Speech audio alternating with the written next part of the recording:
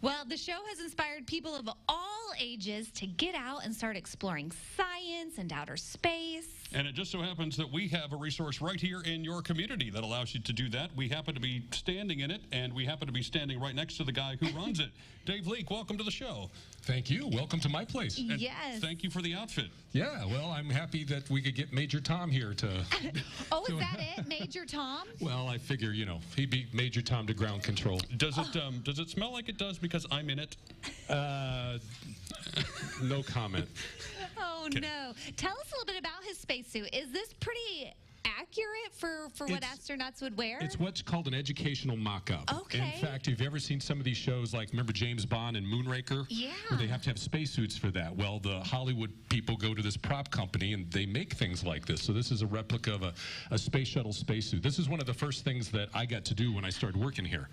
Yeah. I will say this replica was designed for someone with about a 3-inch shorter inseam than me. Yeah.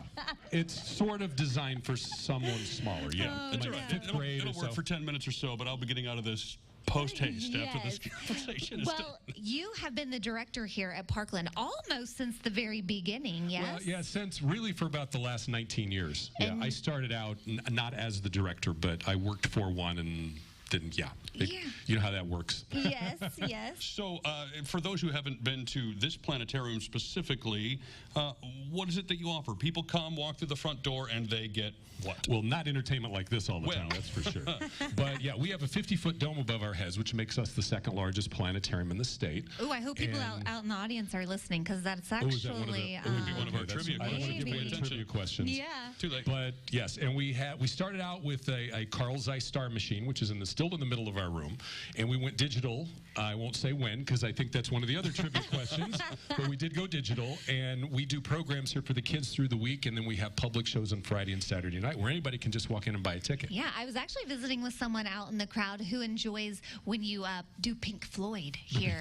Yeah, so it's not just outer space Oh my themed goodness. shows. Yeah, we did our own Pink Floyd show back in like 1991, and I think people asked me 2 or 3 times a week, when are you going to bring Floyd back again? Well, there you So, go. Maybe that could be yeah. your big send-off for your retirement, no? Well, yeah, we'll see.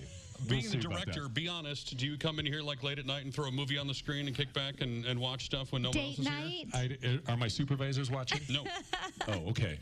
I've been known to, come in here. I don't, no, we don't do. No. I don't put That's a movies different like that. show. That's Friends. Oh, that's Remember right. that? They did do that yes. on Friends. You're right. Okay, you've got some great things happening here before you say so long. There's an author coming, I hear. Who is Yeah, it? this coming Saturday, Alice McGinty, noted children's author, is going to be here to sign her new book. It's all about Venetia Barney, who is the young lady who named Pluto. And there's a brand new book for that. So she's going to be here Saturday at 6. She's got to feel ripped off now that Pluto got demoted.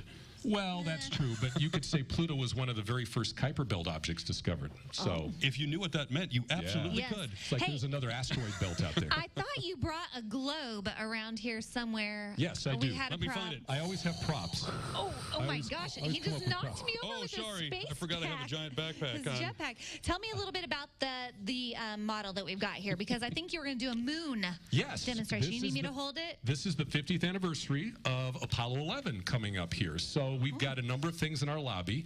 One of the things we really like to do is I got a bulletin board out there called Apollo Memories. And if anybody remembers Apollo, which I don't think either one of you would, Not quite. but to write down something, send it to us, either email or our social media, and we'll actually put it up there in the lobby. And we've got a model. I brought this out here because if this is the Earth, obviously, how big do you think the moon would be? Probably not as big. Smaller Not as than big. Heather's head. You're funny. Well, I was an honest Oh, it's answer. about The like a size of a baseball. baseball. Yeah, it would just barely stretch across North America. Now, the big question is, how far away should it be? Ooh, probably quite a ways. Because you can see it, so it wouldn't be too far. Maybe More? there. Right in here somewhere? Yeah. Okay. I'm going to say Remember, farther. Our dome is 50 feet across, and this should be 30 feet away. Really? Yeah, so that's where we sent people 50 years ago. Wow. So and we have that model hanging up in our lobby too. It's So a miracle they made it back. yeah, Be it's heading to a amazing, isn't it? baseball in the sky shortly.